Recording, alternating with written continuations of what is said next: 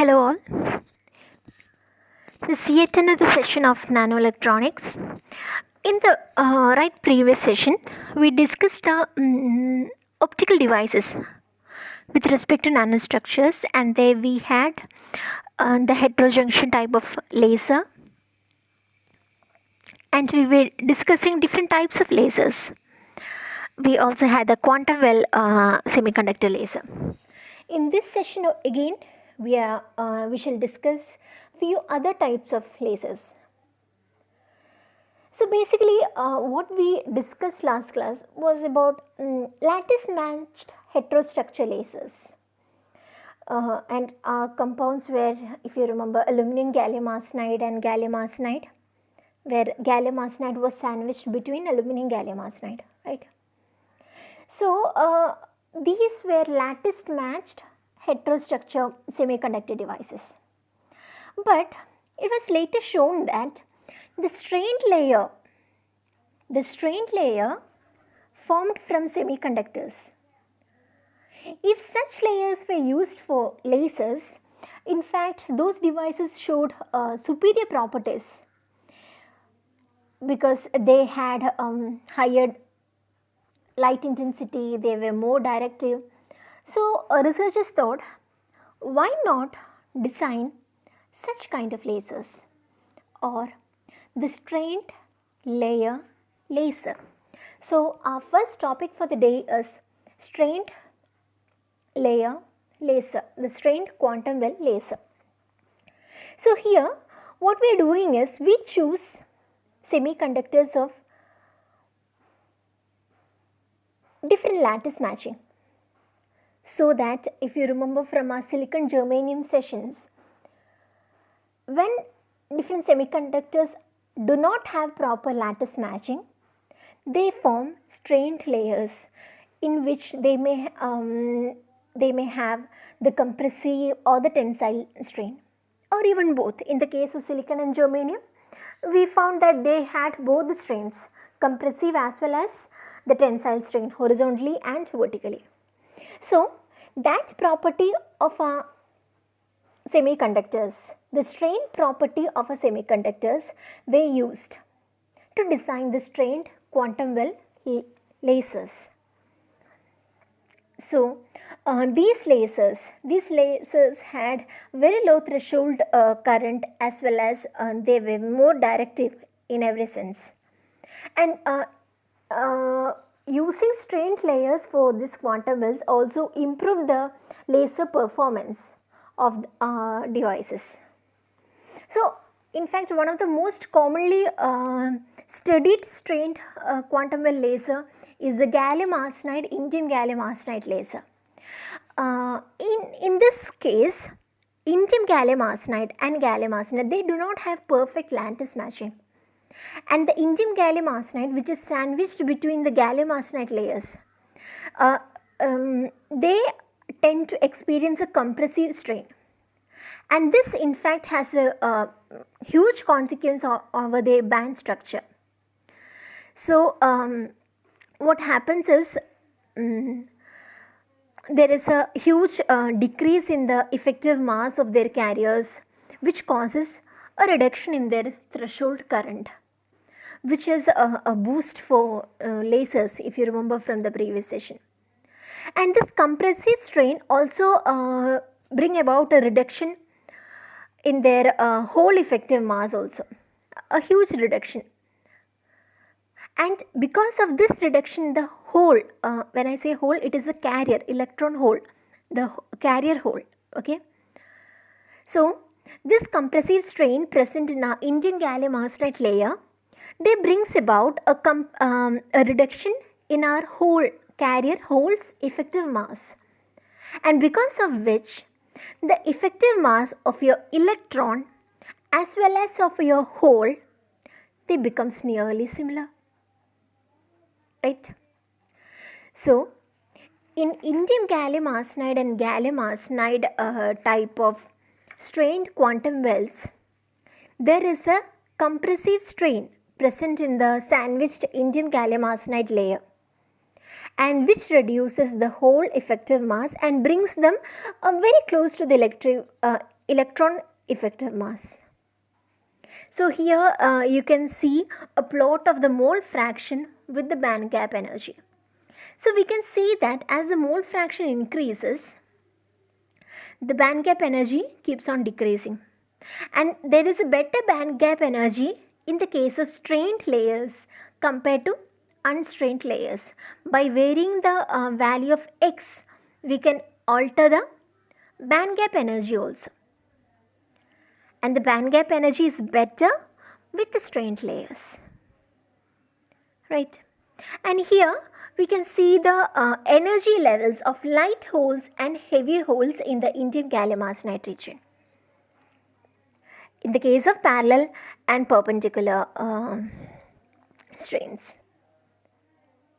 So what led to the consideration to strained quantum well is that compared to the normal perfectly lattice matched quantum wells, these strained quantum wells showed better performance. They had lower threshold current. And why was that? Because of the strain induced in between the sandwiched material. What happened? The effective mass of your hole decreased and becomes nearly equal to that of your electron effective mass, which in turn reduced your threshold current. So the a beautiful advantage of the strained quantum well laser was a reduction in their threshold current. Yes. So apart from this kind, what we discussed gallium arsenide and indium gallium arsenide type of strained layers, right? Other than that, you have indium gallium arsenide and indium phosphide type, indium gallium arsenide phosphide, and indium gallium arsenide type. So basically the indium compounds, indium tertiary compounds or binary compounds of third 5 semiconductors, they give excellent strained quantum wells, and they have a huge layer of tunability, and these quantum wells were superior with respect to their reliability. So and that's why researchers thought about strained quantum well lasers, right? So the example that we discussed was of gallium arsenide and indium gallium arsenide. The advantage of strained quantum well laser, lower threshold current. And why? That's what we have seen in this session, in this topic. Well, another kind of laser was the vertical cavity surface emitting laser. See, this unit is all about devices. Different devices, their structure, their working, their advantages, that's it. So you will have to study more and more devices. So please be patient. Yeah, another kind of laser, the vertical cavity surface emitting laser, VCSEL. Just from the name that you can guess, vertical cavity surface emitting. So these kind of lasers, they emit light in a direction perpendicular to their heterojunction, vertical to their heterojunction. And why would we prefer such an emission? Why? It is easy to construct such light arrays. We can easily couple it to, with fibers or waveguides, or it is easy even for your testing, packaging. So these vertical cavity surface emitting lasers, they have a lot of practical advantages, and they can be used for a number of practical applications too. Yeah, so few of their advantages which I just discussed is given here, right? So now you can see the structure, the geometry of a vertical cavity surface emitting laser. So this consists of a vertical cavity. They have a vertical cavity along your direction of current flow, right? So Here, the active region surface dimensions are very small, so that your light is extracted from the surface of the cavity rather than from their sides. So, because of the extremely small surface dimension, it is easy to extract your light from the surface. See, from this surface, since I have zoomed this, from this surface rather than from their sides. In our previous figures that we saw, we were extracting the laser light from the sides of the device. Now here we are extracting the light from the surface of the device itself, because these have lower surface dimension, or the surface area is very small.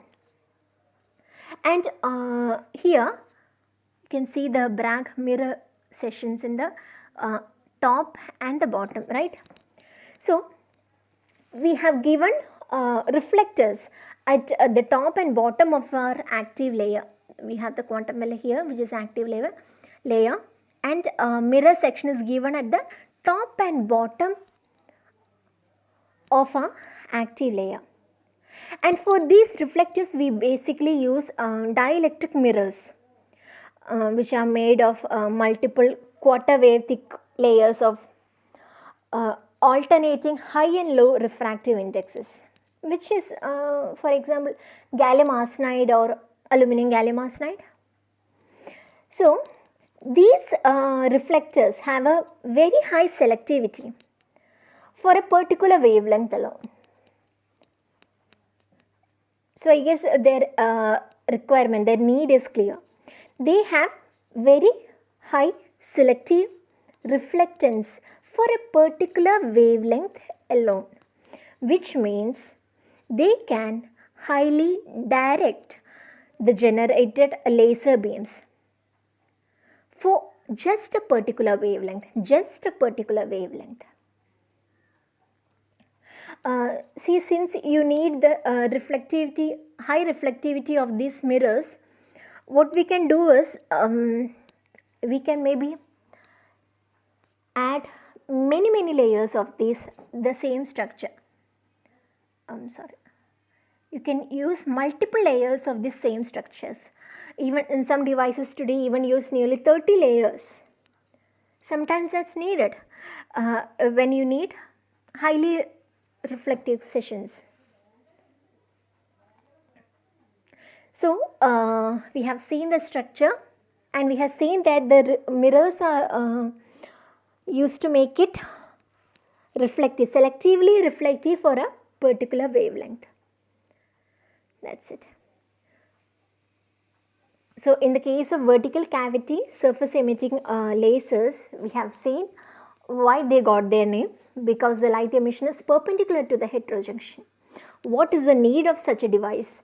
What are the which means you have to mention the advantages, how it is easy to test, how it is easy to couple them to fibers or waveguides, how it is easy for them to construct huge arrays of light sources because of their high packing density. These we discussed, and we discussed the geometry or the schematic diagram of a vertical cavity surface emitting laser. What are the components? Why do we need each component? So these were the things we discussed in this session. So we have seen strained quantum well lasers as well as vertical cavity surface emitting laser. So in each case, when you study each kind of a laser, you will see what are the advantages of that laser, because we started with homojunction, then we entered the heterojunction. Why do we need a heterojunction? Then again, as we are evolving from one laser type to another, we must know what was the disadvantage of the previous one, or what is the advantage of a new type of laser. So this will give you an explanation why you have to study this kind of a laser. So once that is done, you will see the advantages, the structure, the very basic working. That's it. Those are the only things that you have to learn over here, right? Okay. Now the other kind of laser is a quantum dot laser. Okay. So we already studied the heterojunction laser, quantum well laser, strained lasers. If you have a quantum well laser, you'll obviously have something called a quantum dot laser or a quantum wire laser. Now, why do we need this quantum dot laser? See, these quantum dot laser, they exhibit a very narrow gain spectrum, very narrow, and their gain is also very high. Narrow intensity and high gain, which is the need of the laser devices, and they have lower threshold current. They are more stable with temperature, they have lower diffusion rates, and a very narrow emission line, which in fact these are the ideal properties of a laser. And if your quantum dot laser has these properties, you will definitely prefer that. So the quantum dot lasers were preferred for all these advantages. These advantages are common for both quantum dot as well as quantum wire. But the issue is that these quantum wire structures, their fabrication, their growth technologies is still under research. We do not have a well defined criteria for fabricating them. So for the time being, I am keeping these quantum wire structures aside, and we shall concentrate on the quantum dot lasers. So let's begin. When I say quantum dot, we know that it is a zero dimensional nanostructure, which means our carriers, basically electrons or holes, our carriers are confined in all the three dimensions, isn't it? They do not have the freedom of movement in any of the three dimensions. And this in fact has a huge impact on their quantum effect in their electronic properties as such. Now, if you're using these quantum dot lasers for optical applications, these lasers must confine in a very small region of space. For electrons in the conduction band and even holes in the valence band, they have a very small region to occupy. And because of this, see, the structure of a quantum dot can be related to a single atom, isn't it? Because the quantum dot is restricted in all the three dimensions, and they have extremely small space for confining your electrons in conduction band as well as holes in the valence band. And because of this, I can say that this quantum dot in fact resembles a single atom. And these lasers based on quantum dots have properties similar to those of conventional ion gas lasers, because you can alter the electronic structure of the quantum dot by changing the base material, the size, the shape. By changing any of these factors, you can quickly alter the electronic structure of your quantum dot. Now, let's see how does this work. Let's see that. So, let us assume that your quantum dots are so small that the separation between the first two electron energy levels for the electrons and the holes is much larger than your thermal energy K into T. Yes? So, what does that mean? You have two energy levels, say E1 and E2. The difference between this energy level E2 minus E1 for electrons and holes, this is much larger than your thermal energy KT.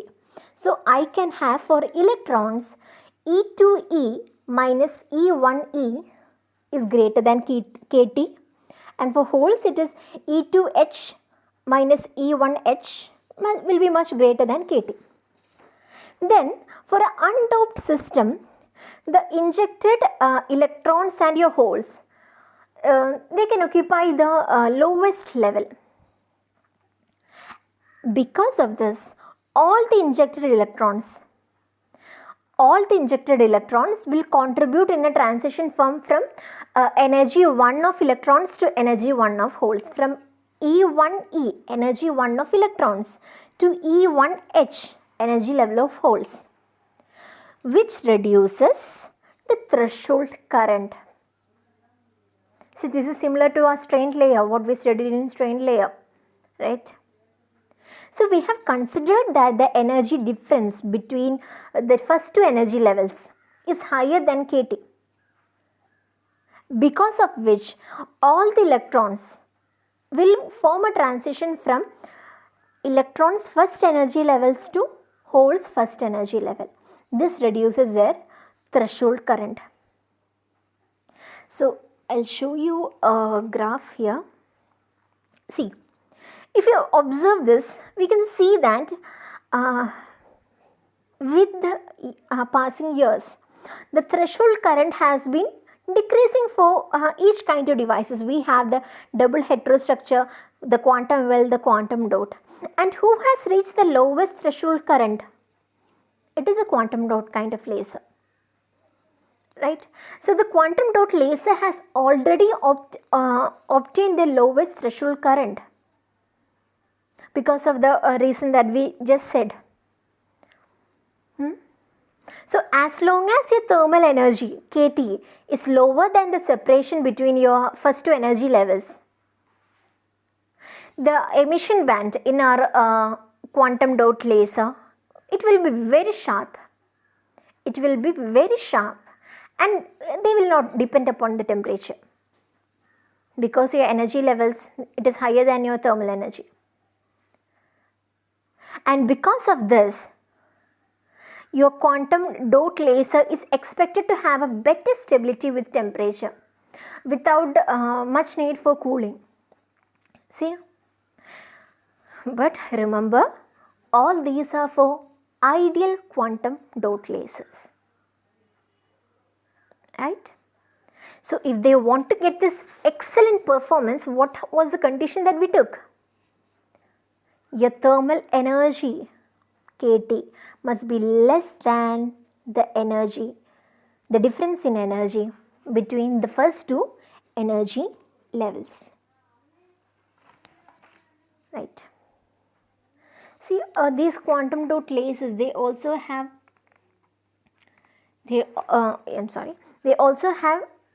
very sharp gain. This spectrum, if you plot the spectrum is very narrow and they have high gain.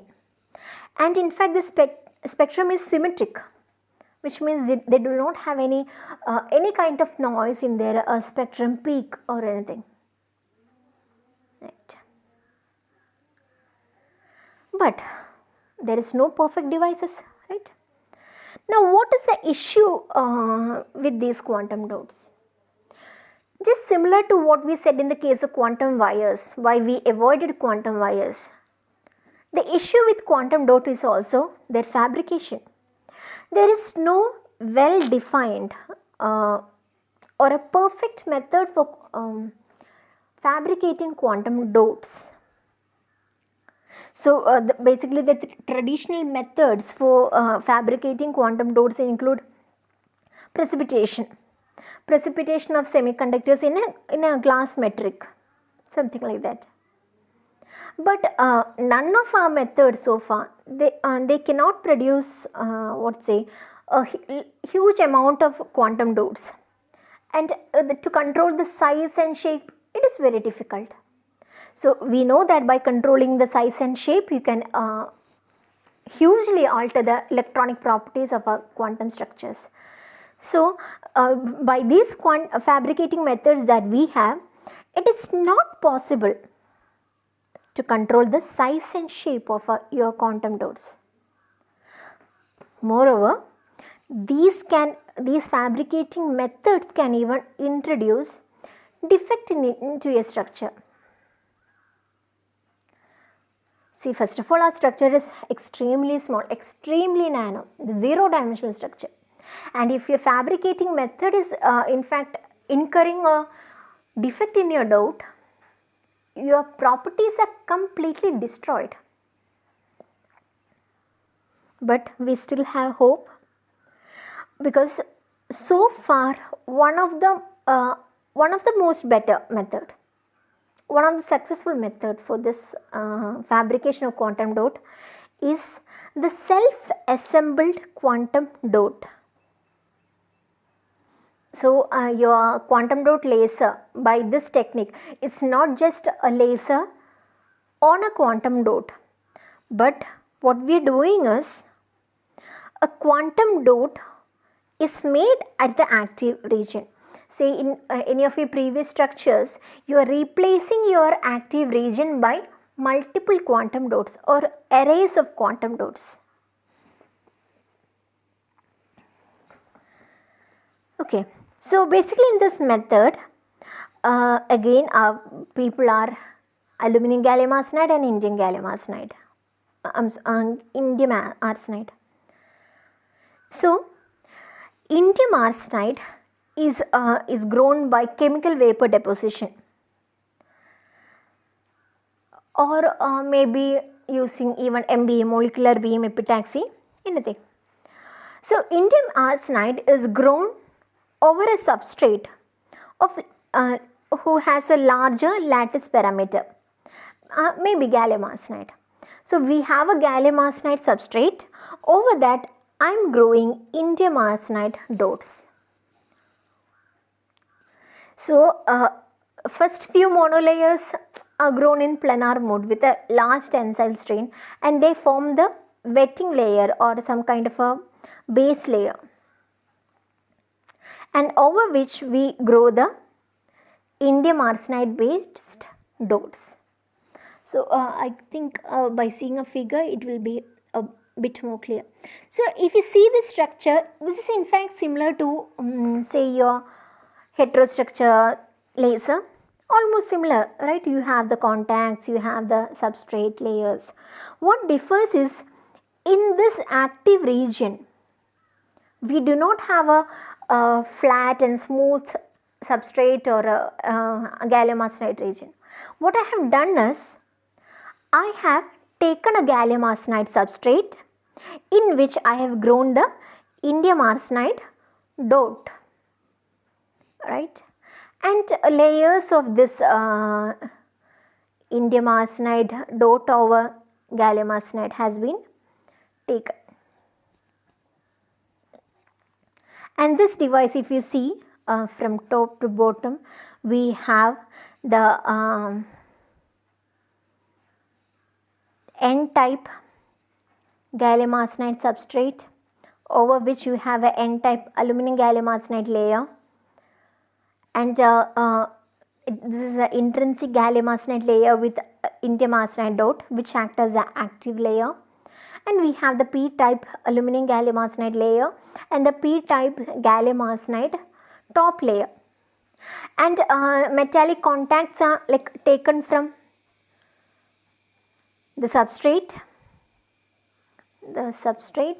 as well as the top layer, and this connects the device to the external trigger circuit, external applied field, right. That's about the device.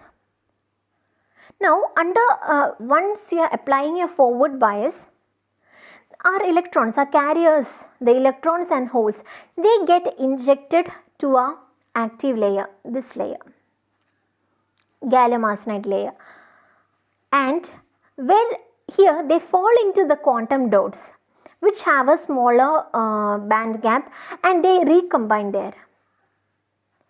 Once that is done, the emission wavelength, this will correspond to the interband transition of the indium arsenide quantum dot. So what happens? You are giving this field, which means carriers are injected to this gallium arsenide layer. Here your electrons, they recombine with the aluminum arsenide dot present here, And the emission wavelength, the light emitted, it will depend upon the interband transition of your indium arsenide quantum dots. Right. So as we have said earlier, since our gallium arsenide layer is sandwiched between your aluminum gallium arsenide layers, this confines the light and increases the carrier interaction. And your aluminum, I'm sorry, I'm making this mistake again. Indium arsenide wetting layer, they will contribute to an efficient diffusion of carriers to the dots. So this wetting layer is responsible for providing or confining the carriers within the dots. Right? Fine. So I hope the structure, the working is clear.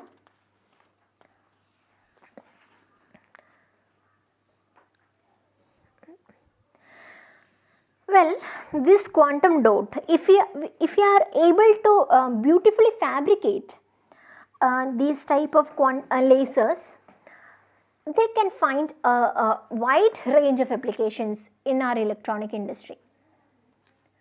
Maybe in the form of amplifiers or tunable lasers, various other applications. So our issue with this type of laser lies in their fabrication of these quantum dots. Right. You can also find application in fiber optics transmission. They have a number of applications. The real task lies in fabricating these quantum dots. That's it. So today in this session we discussed 3 types of lasers. What were they? The strained quantum well laser, then we had the vertical cavity surface emitting laser and the quantum dot laser. So whatever type of devices you are learn the purpose of that device. So since these are lasers, the purpose is light emitting. So what are the conditions?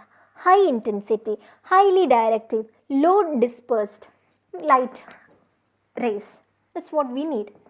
So in the case of strained, in the case of vertical cavity, and in the case of quantum dot, what are their advantages?